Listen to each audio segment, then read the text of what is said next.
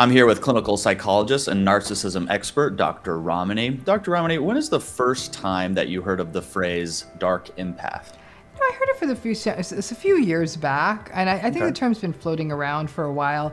I think some of it relates to the whole issue around, we hear people talking about like the dark triad and the dark tetrad and sort of the dark empath. And there's, people talk about different kinds of empathy, right? And I think that this was capturing people who had a certain kind of empathy structure, because there's cognitive empathy, there's emotional empathy, there's compassionate empathy, right? And they serve different functions. But then this idea that people could have cognitive empathy but not have those other forms of empathy, that got constructed into this idea of the dark empath. Understood. So when we talk about dark empaths, are we talking about narcissists? Yeah, I think we're slapping another label on narcissism here. I really, really do. And when I've read it, and I'm like, I'm struggling a little with the difference. Maybe the one difference that jumps out at me is that the dark empath is not the attention validation seeking, which is sort of almost a requirement in narcissism. Dark empath may not have that element. So if you're using that construct purely, the dark empath, you may not have that attention seeking piece in it, but everything else feels like narcissism. And I think the fallout of such a relationship with a dark empath would be the same as we'd see in any narcissistically abusive relationship.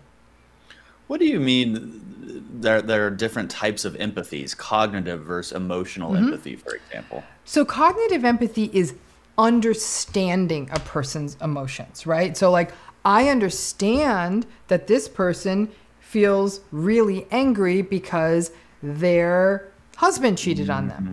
I understand that this person feels really resentful because somebody who wasn't as good as them got promoted, right? It's a getting it, right? Understand. You look at a movie, you don't know these people.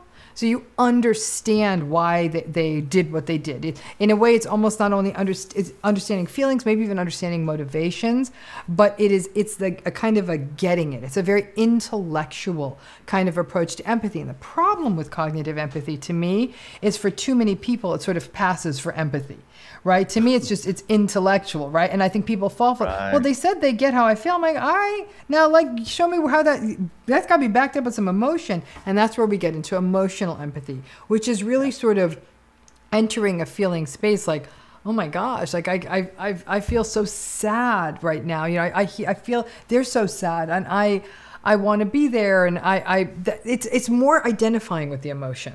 It's the not only just getting it, but really identifying you. And when we have emotional empathy, we calibrate to that. So if we were laughing and yucking it up, and then we are encountered with somebody who's going through something difficult, our emotional state calibrates to that as well. We meet them where they're at. When we talk about compassionate empathy, now it gets translated into action. Oh my gosh, you're going through so much. I am so sad. I'm so sorry. Can I get your kids from school tomorrow? What can I do to help out here? You sit and you listen. Even though you are busier than you've ever been in your life, you actually stay on the phone for the hour with your friend instead of saying, wow, that sounds really sad. I'm so sad. I got to go. Right. Yeah. That's in your, so that the three can work in lockstep. Like, I hear it, I get it, I feel it, and I'm going to act in accordance with it, with a compassionate gesture, whatever that may be. That's sort of the holistic approach to empathy. Our problem is a person with cognitive empathy. At best, that's empathy light.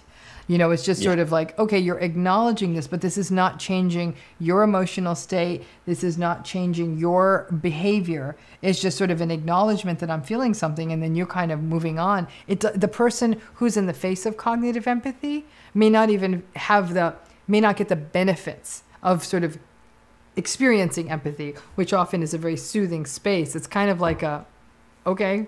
So, and yet to the outside observer, they'll say, well, they said they understood how you feel. I know. Yep. That makes perfect sense. I think I relate to a lot of those things personally as both the recipient of the empathy or lack thereof, and also the provider of empathy or lack thereof.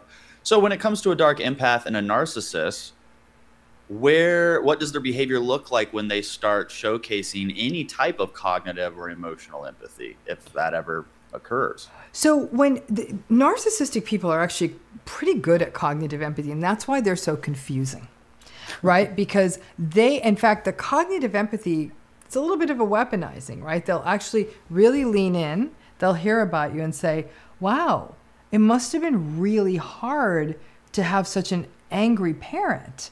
And you'll say, wow, they're getting me. Like, they see how angry my. Oh, yeah. So tell me more about that. So you tell them about what it's like to, golly, that must have been a really rough childhood.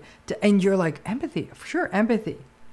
The dark empath uses cognitive empathy almost as a tool to get intel.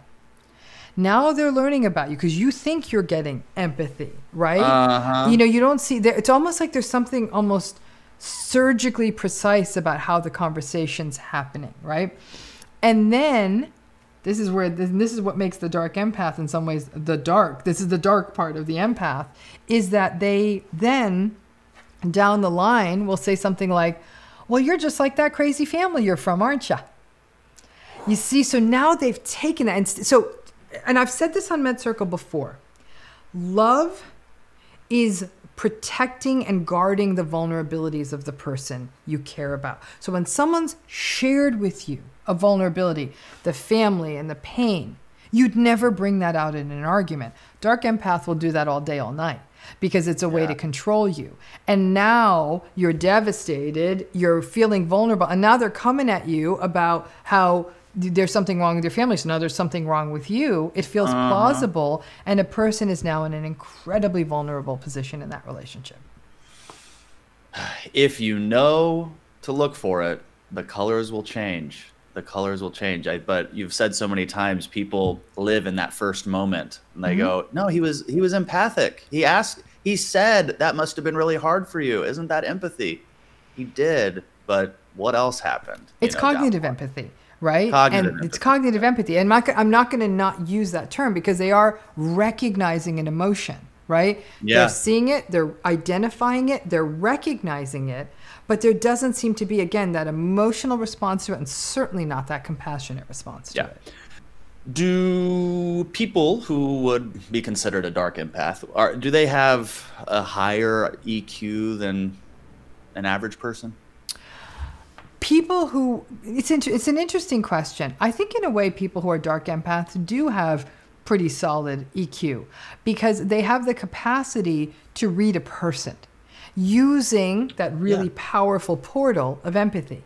So they're able to be present. They're emotionally intelligent enough to read the emotion correctly. That must have been really hard. You must have felt betrayed. So they label the emotion. And when our emotion is sort of given the right name by another person, we feel very supported, right? So just they're calling it the right thing. They may not be present in their feeling. You may not see the shift in their feeling, but they're calling it the right thing. And so I think there's a definite emotional intelligence of that because there's an awareness of someone's experience and what that would be like and what that would feel like, and they lay it out. So I think that that's actually quite emotionally intelligent. And this is why, though, dark empaths, narcissistic people are viewed as somewhat emotionally intelligent. And frankly, in business settings, cognitive empathy works really well. Because they'll say, like, okay, we've read this, and they almost look at things like data. Like, okay, it very seems logical. like, right, our clients are feeling really unsatisfied. I see this, there's a lot of this. And then they create a strategy around that. That's a great example of something a dark empath could do quite well. Final thoughts on dark empaths? Don't date them. It's and ideally don't work for them. Dark empaths are tricky, right? They are the poisonous snake that has the same markings as a non-poisonous snake. Ugh. That's, it's a dangerous camouflage. And I think that what we all do is we accept empathy light and we take it as the real thing, and not understanding that emotional and compassionate piece of it, that's the money shot. And so that cognitive empathy, that ability to identify an emotion and then do nothing about it. Politicians do it all the time, right? Like, I can feel your pain. Really? Then do something about it. And so that cognitive empathy is really what we see in business leaders, politicians, folks like that. And you can imagine that's hurtful enough. And in your own home, it feels terrible. and can often lead to people feeling gaslighted because everyone's like, well, they're saying they know you're sad. And so then people say, oh, but there's nothing in their behavior or how their countenance and how they conduct themselves that show that they actually really feel this with me. The other thing you might get from a dark empath, it's almost like they identify your emotion and say like, aren't we done with this? Like, is this feeling done? And so you'll see this, for example, in situations like grief. Grief happens on a very personal schedule. And so let's say they'll say, wow, that must have been hard. Your family member passed away. Are you okay? That seems really hard. The person's still struggling after 3 months. A person who only has cognitive but not emotional empathy would say something like, we're not done with this yet, this whole sad thing. And so they identified it, but to them, it's like, come on, let's just keep things moving. Mm-hmm.